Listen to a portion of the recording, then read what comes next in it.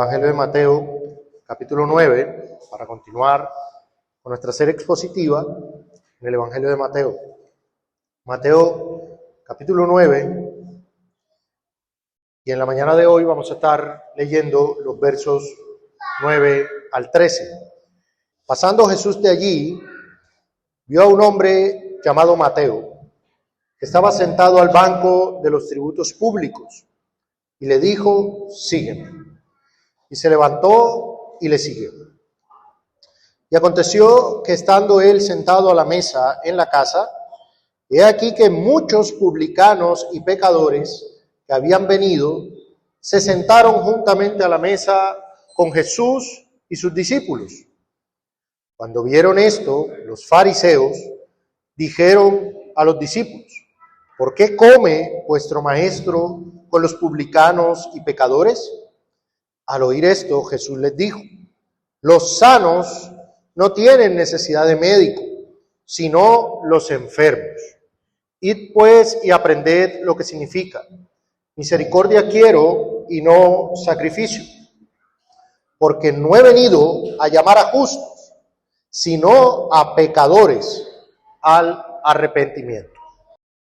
Este pasaje que hoy vamos a estudiar en Mateo capítulo 9, nos pone frente a una escena que ofende al orgullo religioso y consuela al pecador quebrantado. El Santo de Israel se detiene, mira, llama y se sienta a la mesa con las personas más impensadas y aquellos a quienes todos despreciaban. Mateo, por ejemplo, no estaba activamente buscando a Cristo. Él estaba sentado en su oficio y seguramente con la vergüenza y la carga de su pecado. Sin embargo, la gracia del Señor, la gracia soberana le alcanza. El Señor Jesucristo pasa, ve y dice: sígueme. Y entonces ahí Él es levantado. Y luego, este mismo Señor comparte la mesa con publicanos y pecadores, dejando al descubierto el corazón fariseo, que prefiere sacrificios externos sin misericordia interna. Así que en esta mañana vamos a explicar y proponer una verdad central. Cristo no vino a premiar o a buscar a los que se creen sanos. Cristo no vino a buscar o a premiar a los que se creen sanos, sino que vino a sanar a los que reconocen su enfermedad. Esa es la tesis central o la proposición que vamos a defender y explicar por la Escritura, porque es lo que el texto enseña. Cristo vino a sanar a los que reconocen su enfermedad. El Señor no vino a afirmar la autojusticia de nadie, sino que vino a mostrar la misericordia soberana que llama, restaura y transforma. La esencia misma del Evangelio es enseñada en este texto. La esencia misma del Evangelio es enseñada en este texto. Así que a la luz de esto, vamos a considerar nuestro texto. La esencia misma del Evangelio está aquí. Así que en primer lugar vamos a ver en versículo 9 la imperiosa soberanía del llamamiento eficaz. Esto está en el versículo 9. Pasando Jesús de allí, vio a un hombre llamado Mateo, que estaba sentado al banco de los tributos públicos, y le dijo: sígueme, sígueme. Es interesante, hermanos, que es precisamente Mateo quien escribe esto. O sea, Mateo escribe sobre sí mismo. Mateo no niega ni esconde su pasado. Él era un publicano, pecador. Generalmente nosotros tenemos la tendencia a ocultar o minimizar lo que fue de nosotros. Pero Mateo simplemente lo describe para exaltar a Cristo. Él comienza registrando el momento en el que el Señor Jesús lo encuentra. Dice, pasando Jesús de allí. Este encuentro, hermanos, no es un encuentro accidental, no es un encuentro casual. En el decreto eterno de Dios, el Señor Jesucristo ya va con un propósito predeterminado. El texto dice que el Señor vio. La palabra griega para vio es una palabra que implica una mirada de contemplación profunda, no fue una percepción casual. Él vio a Mateo. También en el Evangelio de Marcos, conocido como Leví, hijo de Alfeo. Es interesante, hermanos, porque seguramente había más personas alrededor de Mateo. Seguramente había personas que al ojo o la percepción humana eran más dignas que Mateo.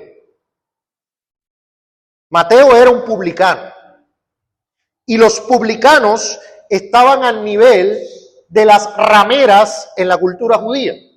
Eran lo peor de los pecadores. Mateo era un publicano. Él estaba sentado al banco de los tributos públicos, dice el texto. ¿Cuál era la condición espiritual de Mateo en ese momento? Él estaba instalado en su oficio. Este oficio de publicano consistía en lo siguiente. Mateo recaudaba impuestos de su pueblo en favor del imperio romano. Es decir, el imperio que tenía subyugado a los judíos usaba personas del mismo pueblo judío para recaudar impuestos. Ya de por sí eso era visto como traición por los judíos. Usted recauda impuestos para quienes nos tienen en esclavitud. Pero aparte de eso, los publicanos solían enriquecerse de manera corrupta. Los publicanos tenían balanzas falsas, monedas impuras y otro tipo de estrategias para quedarse con una parte de lo recaudado. Y de esa manera su patrimonio se iba incrementando. Ellos se enriquecían a costa de la traición de su propio pueblo. O sea, no era de gratis la fama que tenía un publicano. Entonces tenemos a este publicano sentado al banco de los tributos públicos en su pecado. No estaba buscando al Señor Jesucristo, no estaba en una sinagoga orando. De hecho, los publicanos tenían prohibido el ingreso al templo. Mateo no estaba ayunando, no estaba ofreciendo sacrificios, estaba activamente ocupado en su rebelión contra el Dios de sus padres. Esa era la condición espiritual en la que se encontraba Mateo. Y esta es una radiografía, hermanos, y un ejemplo maravilloso de lo que el Evangelio ha hecho en nuestras vidas. Hay muchas personas que dicen, yo estaba buscando a Dios y lo busqué y lo busqué y lo busqué hasta que lo encontré. Y hay personas que creen que es así como se encuentra el Señor. Pero realmente a la luz de las Escrituras nosotros lo que vemos es una gracia soberana y maravillosa de Dios para con el pecador. Mateo estaba muerto en delitos y pecados, estaba en una situación que para la élite religiosa de su época era absolutamente irremediable, y Mateo sentado ahí en ese banco de los tributos, en esa condición de total incapacidad y desinterés espiritual, es ahí que la voz soberana del Hijo de Dios aparece. Y es tremendo, hermanos, porque el texto solo muestra una orden de parte del Señor. Dice que Jesús vio a Mateo y le dijo, sígueme. No hubo negociación, no hubo, si quieres, hubo una orden soberana, un imperativo, que en el griego significa literalmente, comienza a seguirme de inmediato. Y la respuesta de Mateo es que él se levantó y le siguió. Esto que nosotros vemos aquí casi de pasada no es tan sencillo como parece. Para Mateo levantarse de su oficio como publicano y seguir en pos de Cristo implicaba no poder volver a retomar su oficio como recaudador. Es decir, era un cambio absoluto de vida. Él no podía seguir en lo que estaba haciendo. No era, voy a seguir a Jesús, pero voy a seguir recaudando impuestos. No. Él decía o implicaba que debía dejarlo todo. Para Mateo levantarse no era un cambio de ocupación, era un cambio de vida completo. Abandonó la fuente de su riqueza material, abandonó su estatus legal, su seguridad económica, para seguir a un maestro itinerante que no tenía dónde recostar la cabeza. Yo quiero que usted entienda eso. A veces, hermanos, nosotros se nos presentan momentos y retos que implican obedecer a Dios o hacer otra cosa y ni siquiera implican un dilema tan fuerte como este. Implican cosas más sencillas y ni eso muchas veces somos capaces. Para Mateo dejar su puesto era dejarlo todo, dejar su fuente de seguridad, de riqueza, su empleo. Pero hermanos, esto es una ilustración perfecta de lo que es el llamamiento eficaz.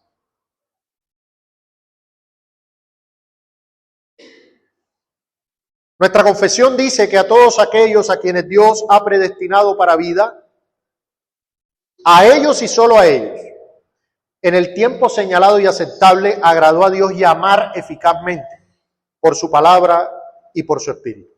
Nosotros vemos el imperativo externo, sígueme. Pero Dios operó en Mateo un llamamiento eficaz e interno que lo hizo pasar de muerte a vida. Básicamente, Mateo recibió ojos para ver. Y al recibir ojos para ver, Mateo pudo contemplar que la gloria de Cristo era superior a todo lo que él tenía. Ese es el punto. Para él, en ese momento, en ese llamado, Cristo fue más glorioso o era más glorioso que cualquier cosa. Esto no fue una mera invitación moral para que Mateo en su supuesto libre albedrío sopesara, decidiera, no. Fue un llamamiento eficaz, una operación soberana del Espíritu que regeneró el corazón inerte de Mateo, dándole la voluntad y la fe para responder de manera inmediata y gozosa. Hermanos, si este patrón de gracia soberana recorre cada página de la historia de la redención. Dios no llama a los hombres porque ya están dispuestos, sino que los dispone mediante el llamamiento.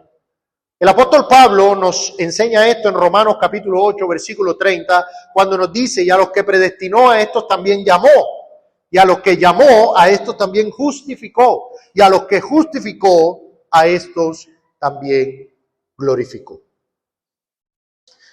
Hermanos, el Dios soberano que llamó a Mateo es el mismo Dios soberano que llamó a un idólatra de Ur de los Caldeos llamado Abraham cuando no estaba buscando.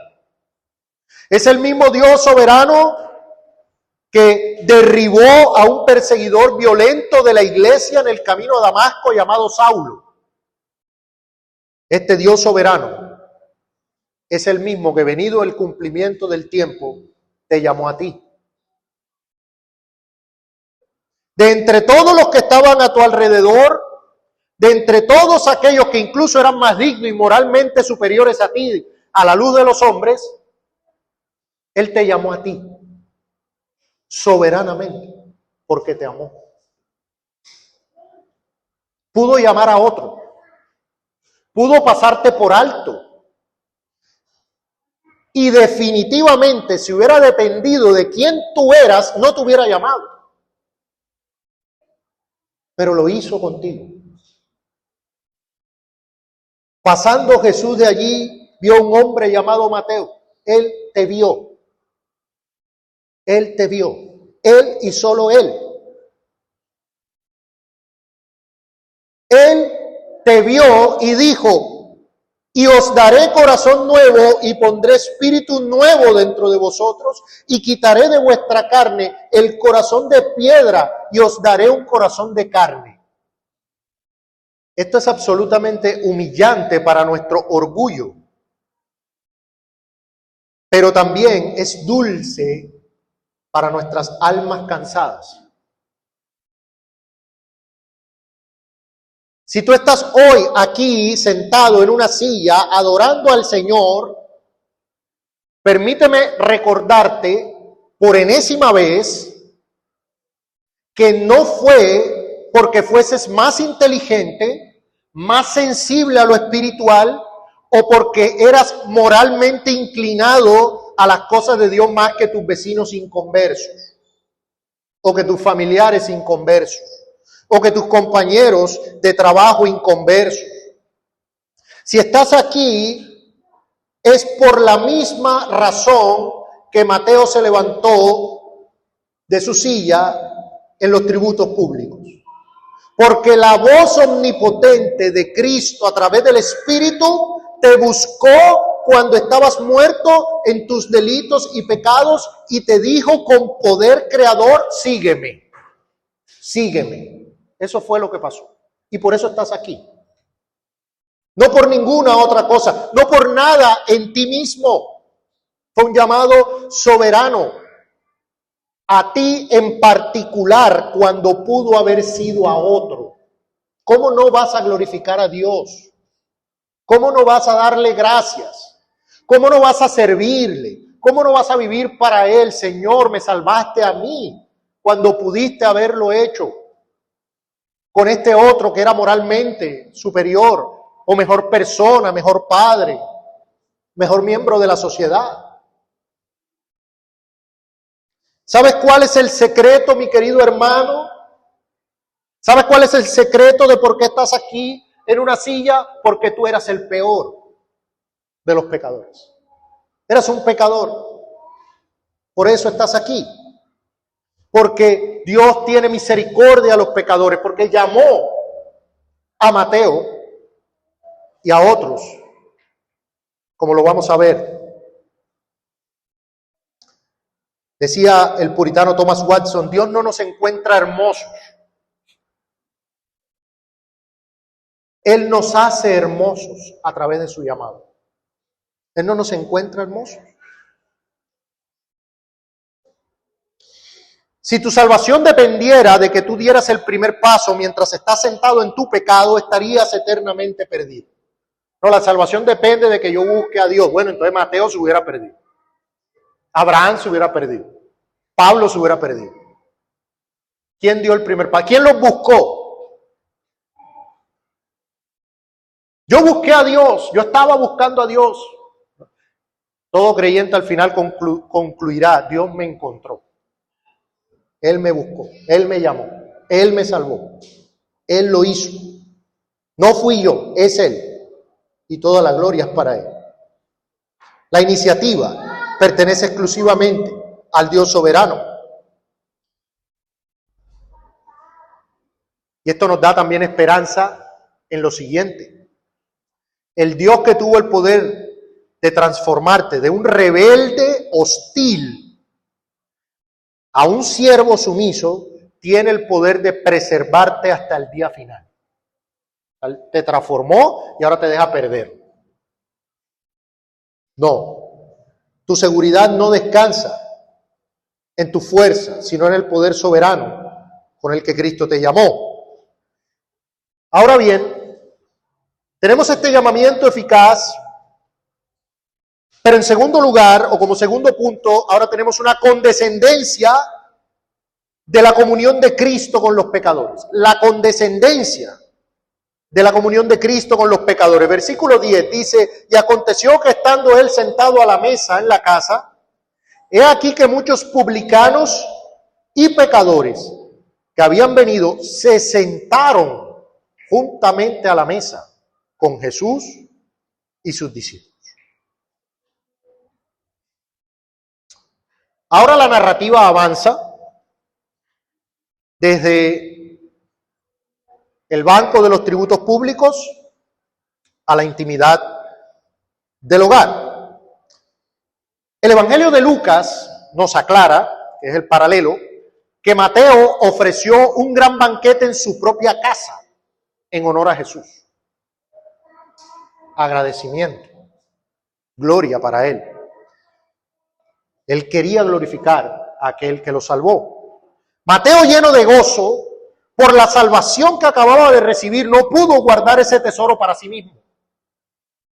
Él quería que sus conocidos, antiguos socios, aquellos que compartían esa misma exclusión que él, conocieran al Salvador. Es el mendigo que halló pan, diciéndole a otros mendigos dónde está el pan. Ese era Mateo. Ahora, ¿cuál es el asunto o la dificultad con este texto? Que cuando nosotros leemos: y aconteció que estando él sentado a la mesa, he aquí que muchos publicanos y pecadores se sentaron juntamente a la mesa con Jesús, para nosotros eso no comunica lo mismo que comunicaba en el contexto histórico. Si usted está sentado en una mesa y se sienta una persona ahí, eso no significa mayor cosa.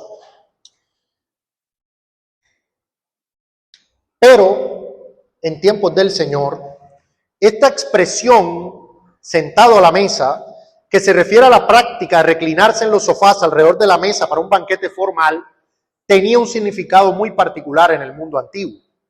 En el mundo antiguo, compartir la mesa era mucho más que satisfacer el hambre física. No es que comemos juntos y ya, no. Compartir la mesa era un acto cargado de significado teológico y social. Es decir, cuando usted compartía la mesa, eso significaba paz, pacto, reconciliación, relación, comunión espiritual. Un maestro de la ley jamás se sentaría a la mesa con alguien ritualmente impuro. El contacto social directo, para ellos, transmitía contaminación ceremonial según las tradiciones rabínicas. Es decir, si usted se sentaba a la mesa con un publicano, usted se contaminaba. Usted se contaminaba. Entonces, si nosotros entendemos eso, podemos leer el texto con el impacto que en realidad tiene. Este texto presenta una escena escandalosa para la mente religiosa de la época. O sea, para nosotros usted la lee y usted se sentó, ¿no? No. En ese momento ese era un escándalo lo que estaba pasando. ¿Cómo es posible que él se siente con publicanos, con pecadores. Claro, ellos traían a la mente el Salmo 1, ¿verdad? Y otros textos, y decían, se está sentando en silla de escarnecedores. ¿Sí? Era una escena tremenda. El texto dice aquí que muchos publicanos y pecadores, la palabra pecadores es el término técnico utilizado por los fariseos para designar a personas que no observaban escrupulosamente la ley de Moisés o las tradiciones de los ancianos. Eran personas cuya conducta moral o profesión laboral, como en el caso de Mateo, los excluía de la comunión del pacto. Bueno, yo quiero que usted piense, medite, reflexione y analice sobre esto que está pasando aquí. Es el Santo de Israel. Es el Hijo unigénito de Dios. Es Dios en carne, comiendo, conversando con publicanos y pecadores en la mesa.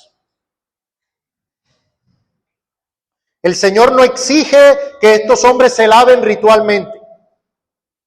El Señor no exigió que pagaran restituciones legales o que se presentaran ante los sacerdotes antes de sentarse en su mesa. Él se sentó con ellos en su estado de imperfección y necesidad. Mi querido amigo que estás aquí, si tú eres un pecador, si estás cargado en tu maldad, sabes que has incumplido la ley de Dios y que hay condenación sobre ti, sabes que la ira de Dios está sobre ti, sabes que estás destituido del reino de los cielos por tu pecado. Por el Evangelio, en la mesa del Señor hay un lugar. Hay un lugar. Si tú eres un pecador y reconoces tu necesidad, hay un asiento en la mesa del Señor. Contempla la asombrosa condescendencia de nuestro mediador. Quien habita en luz inaccesible se humilla a sí mismo para asociarse con lo que era considerado como lo peor de la tierra. Ahora bien, hay que hacer una aclaración necesaria. Hay una diferencia que debemos notar. El Señor Jesús no se asocia con ellos para participar de sus pecados. El Señor nos asocia con ellos para validar su impiedad. El Señor Jesús no es contaminado por los pecadores. Es todo lo contrario. Su santidad perfecta y activa purifica a los pecadores que vienen a Él.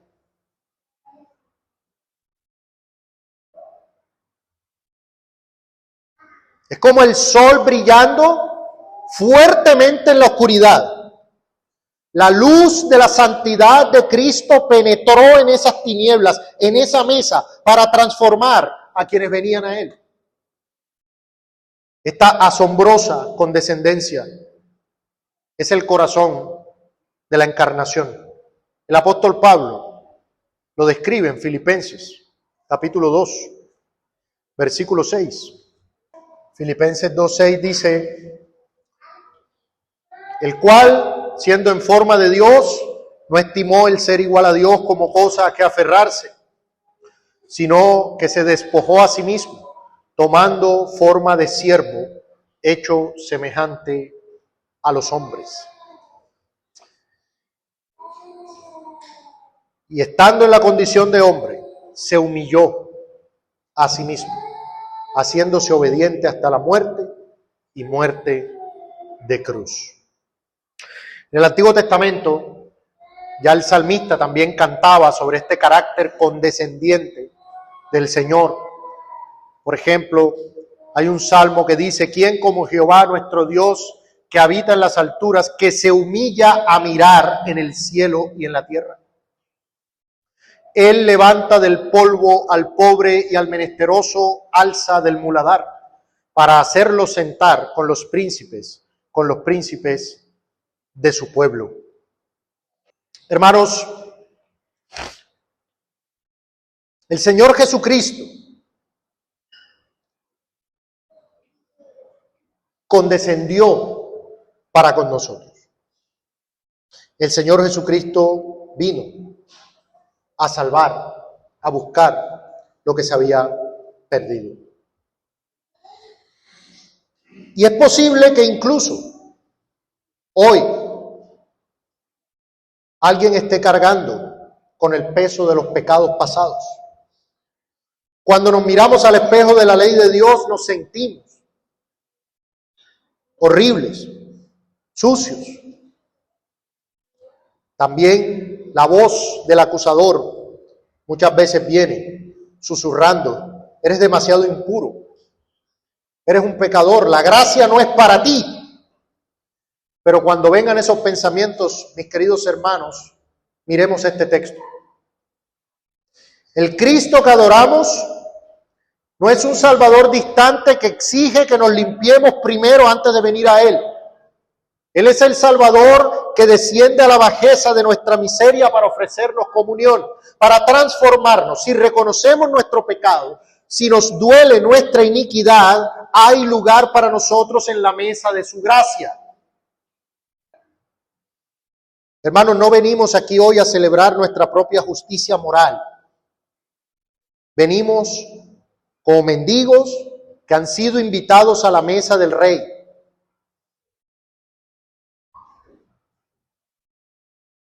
Ahora, ¿qué vemos en tercer lugar en nuestro texto?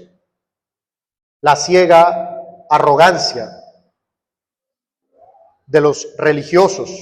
En versículo 11 dice: cuando vieron esto, los fariseos dijeron a los discípulos: ¿por qué come vuestro maestro con los publicanos y pecadores?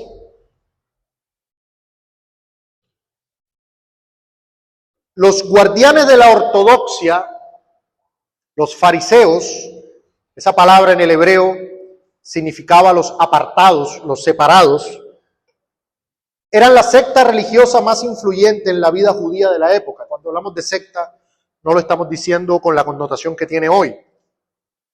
Ellos eran realmente religiosos respetados, hombres dedicados al estudio meticuloso y la observancia rigurosa de la ley de Moisés, sobre todo de las tradiciones orales que rodeaban la ley.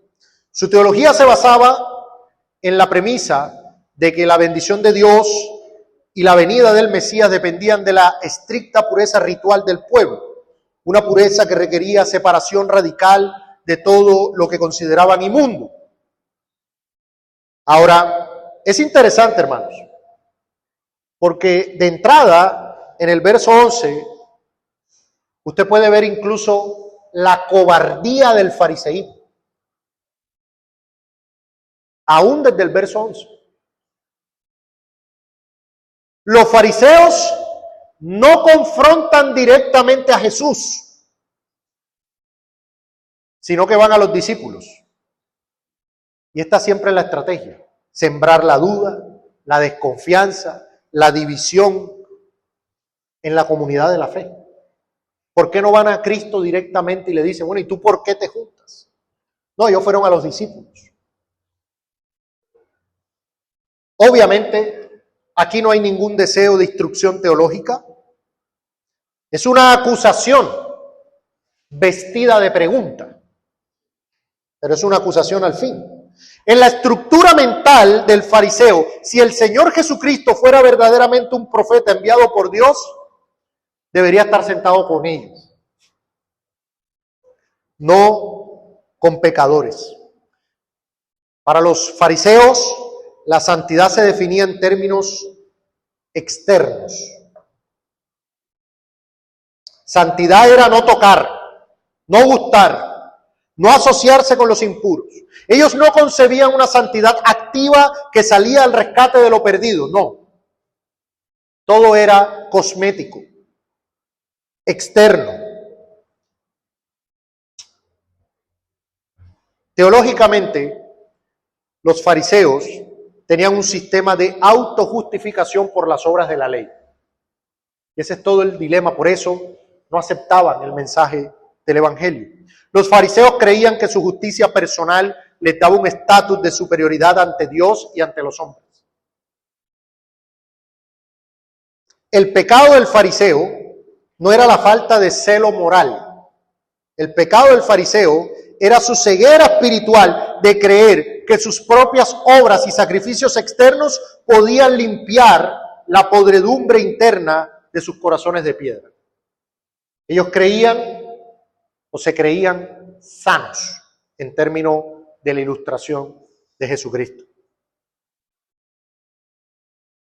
Las oraciones, los ayunos, los lavamientos,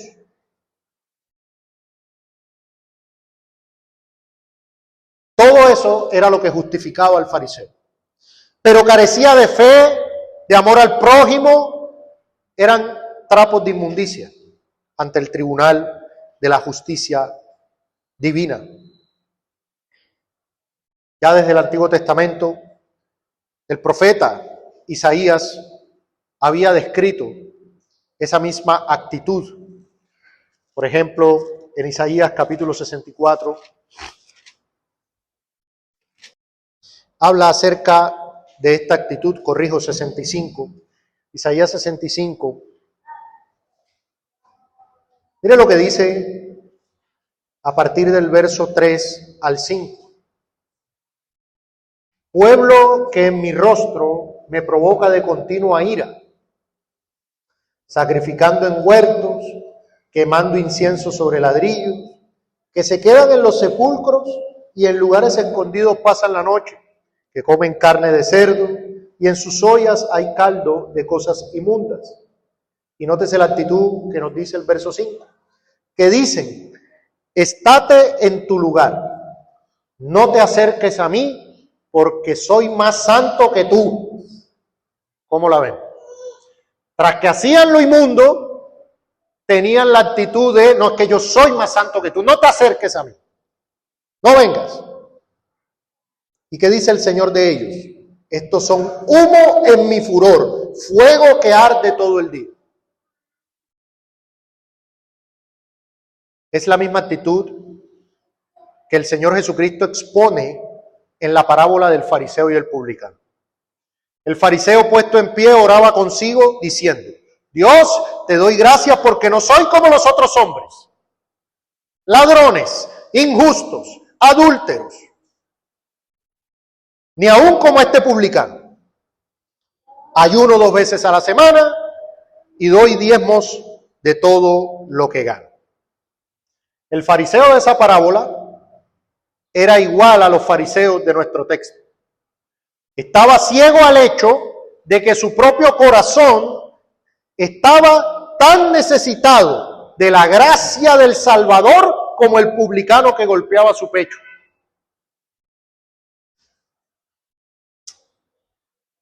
Amados hermanos,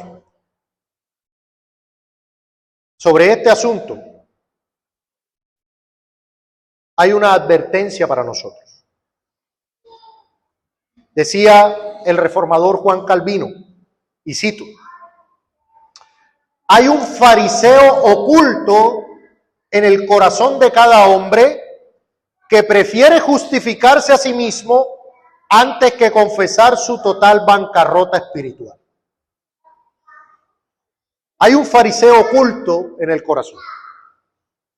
Nada nos aparta tanto de la gracia de Cristo como la ilusión de nuestra propia bondad moral. Nada nos aparta tanto de la gracia de Cristo como la ilusión de nuestra propia bondad moral. Fin de la cita. He referido una anécdota del pasado en otras ocasiones, pero es muy pertinente porque ilustra perfectamente este asunto. Que evangelizando a un familiar, yo le hice una pregunta. ¿Tú has cumplido todos los mandamientos de la ley moral de Dios? Y su respuesta fue sí, sí he cumplido toda la ley. Es decir, que él se veía a sí mismo con la misma capacidad moral del Señor Jesucristo, que fue el único que no tuvo pecado. Una persona así no va a recibir el Evangelio. Si usted cree que está sano, usted no va a ir al médico. No, yo no necesito médico. Si yo no estoy enfermo, yo estoy sano. Ahora, nosotros podemos hacernos también una pregunta como iglesia. ¿Estamos libres del espíritu farisaico en la vida de iglesia? ¿Estamos libres del espíritu farisaico en la vida de iglesia? Porque es muy fácil para nosotros gloriarnos en la sana doctrina de la reforma y de la confesionalidad y caer en la misma trampa de orgullo espiritual que atrapó a los fariseos. ¿Ustedes creen que esa gente no estudiaba? Ellos eran los eruditos de su época.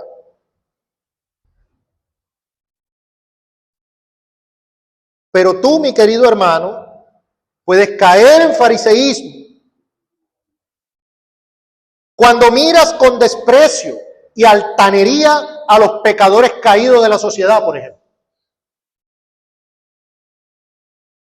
Tú miras a los pecadores y tú no los miras como Cristo.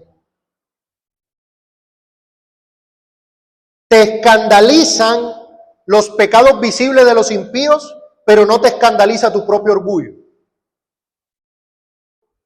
Ves tus propios pecados casi imperceptibles, pero los pecados ajenos los ves con un telescopio gigante. Se ven inmensos. Estás lleno de orgullo, de murmuración, de falta de amor fraternal, pero lo ves en los otros. El fariseísmo del corazón se ve en detalles tan simples como que en este preciso momento tú estés escuchando estas palabras y estés pensando, ojalá que el hermano tal le esté escuchando con atención.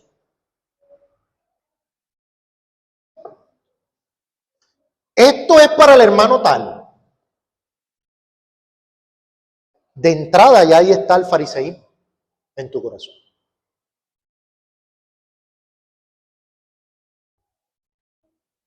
Cuando conviertes la doctrina en un instrumento de superioridad para juzgar a otros, en vez de humillación y adoración a Dios.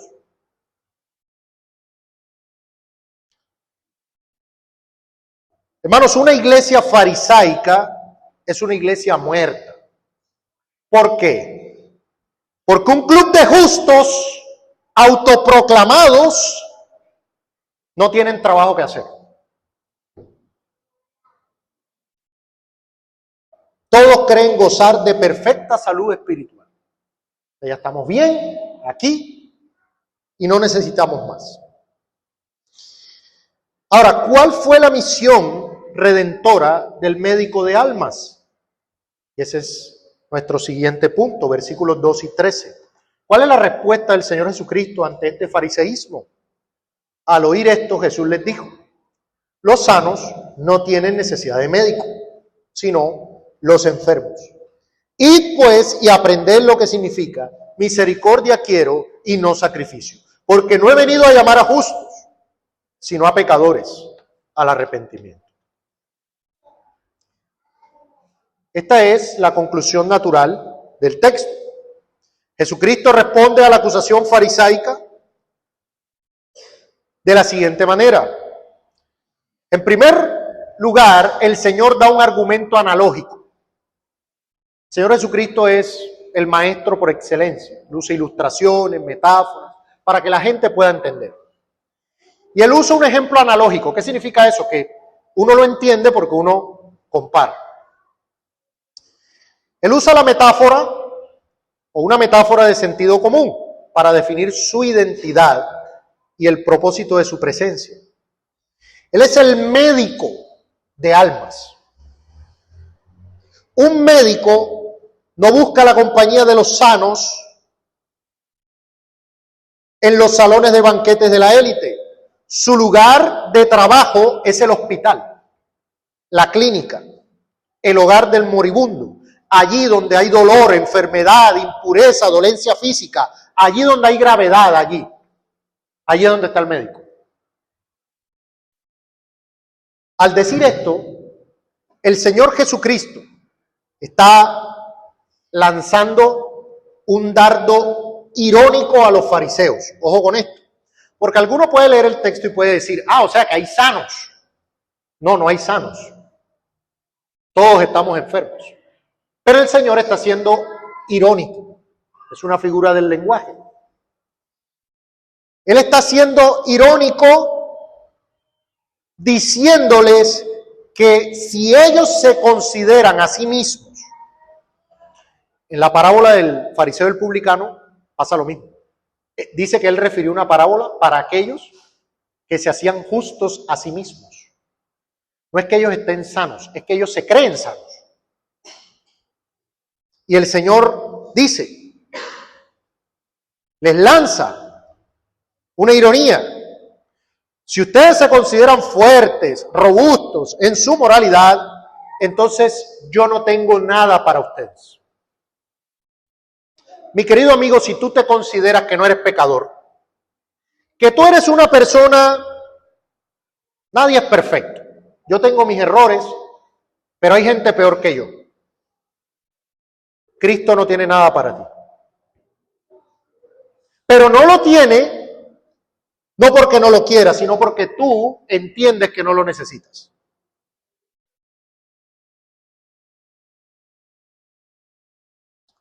Los publicanos y pecadores que reconocen su enfermedad espiritual, su mal estado, reconocen que están moribundos, son el objeto natural del oficio sanador de Cristo. Entonces, en primer lugar, el Señor les responde con un argumento analógico.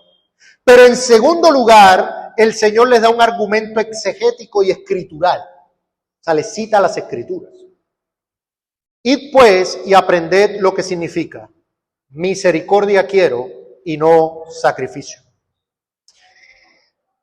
Hermanos, esta no es una frase cualquiera, esta es una frase directa al ego farisaico. ¿Por qué? Porque la expresión que él usa era una expresión rabínica. Id pues y aprended. Esa expresión era una expresión rabínica. Es como cuando hoy a uno le dicen, ve y lee, no has leído, algo así. ¿Sí? Te falta leer. Eso se vio mucho ahorita en política, ¿no? Es que no has leído. Id pues y aprended lo que significa, pero era en el contexto rabínico, en el contexto de las Escrituras. Estaba discutiendo con un rabino y diciendo, no, id pues y aprended lo que significa. Y el Señor les usa esa expresión. Básicamente les está diciendo a los doctores de la ley, ustedes que se jactan de interpretar las Escrituras, vayan otra vez al kinder de la sinagoga y estudien. Y vayan. Era algo fuerte. Y el Señor cita Oseas capítulo 6.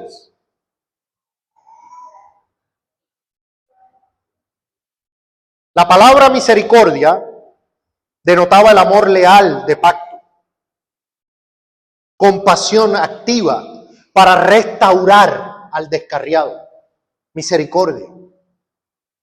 Y los sacrificios representaban el sistema ritual externo, templos, ceremonias decretadas por Dios, ambas cosas.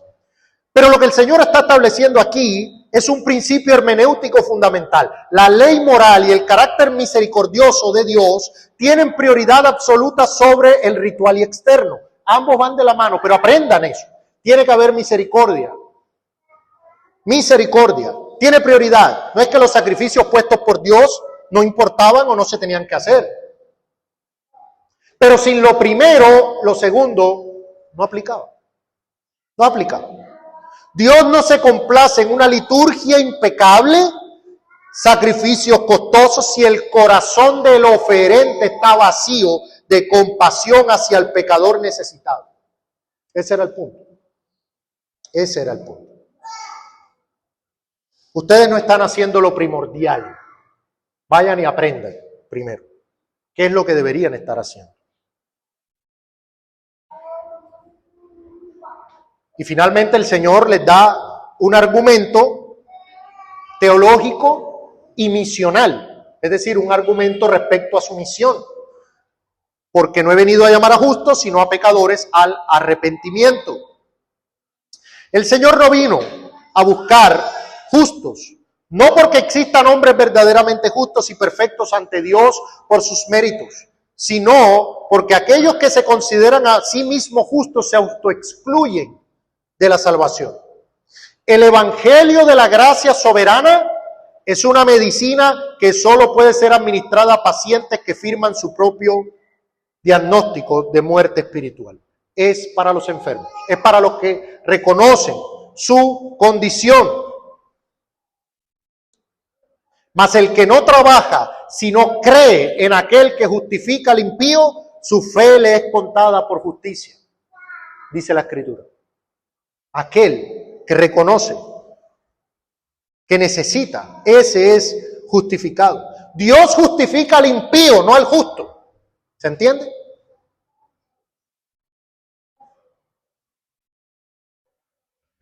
En 1 Timoteo, el apóstol Pablo dice, palabra fiel y digna de ser recibida por todos, que Cristo Jesús vino al mundo para salvar a los pecadores, de los cuales yo soy el primero.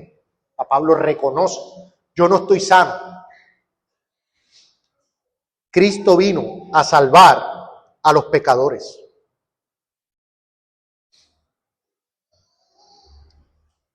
Ahora, hermanos,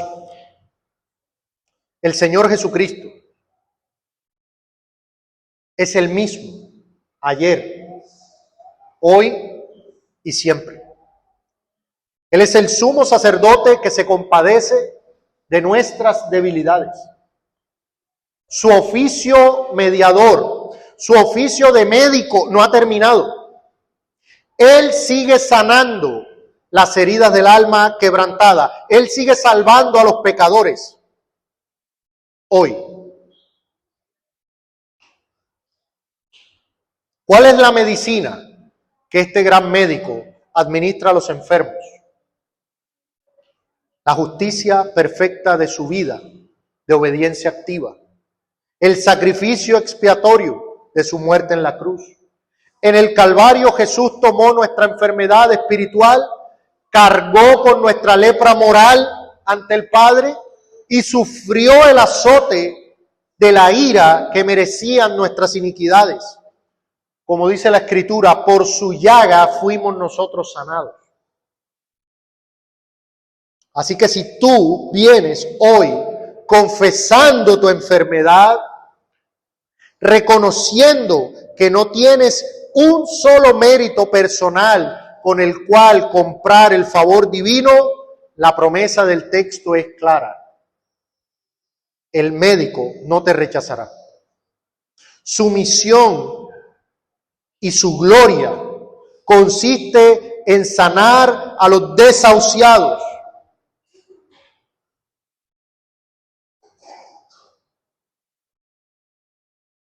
Vamos a finalizar con unas aplicaciones.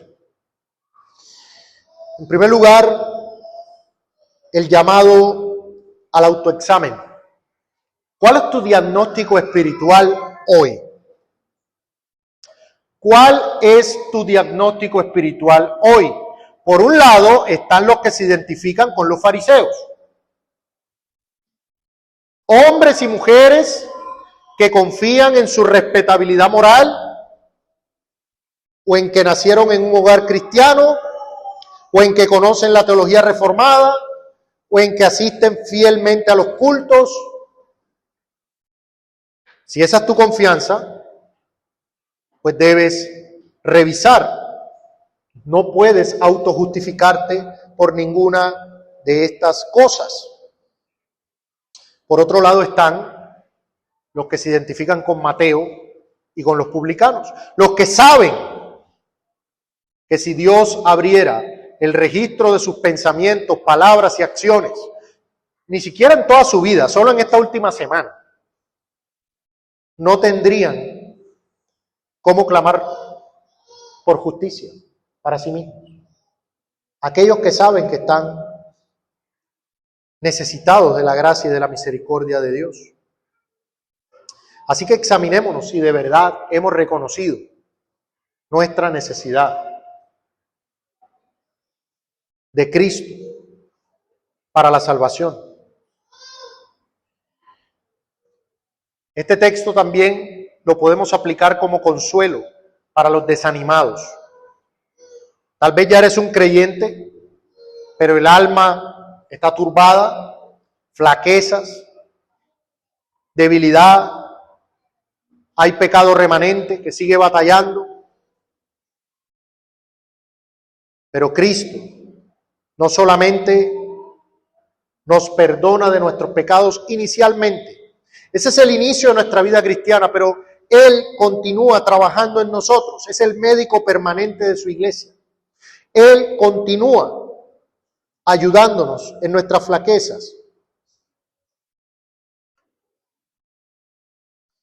Decía el puritano John Flavel, y cito, nuestras caídas en el pecado revelan nuestra debilidad, pero no alteran la fidelidad de nuestro médico. Él no abandona a su paciente porque la herida tarde en sanar. Él vuelve a aplicar el bálsamo de su gracia con paciencia infinita. Fin de la cita.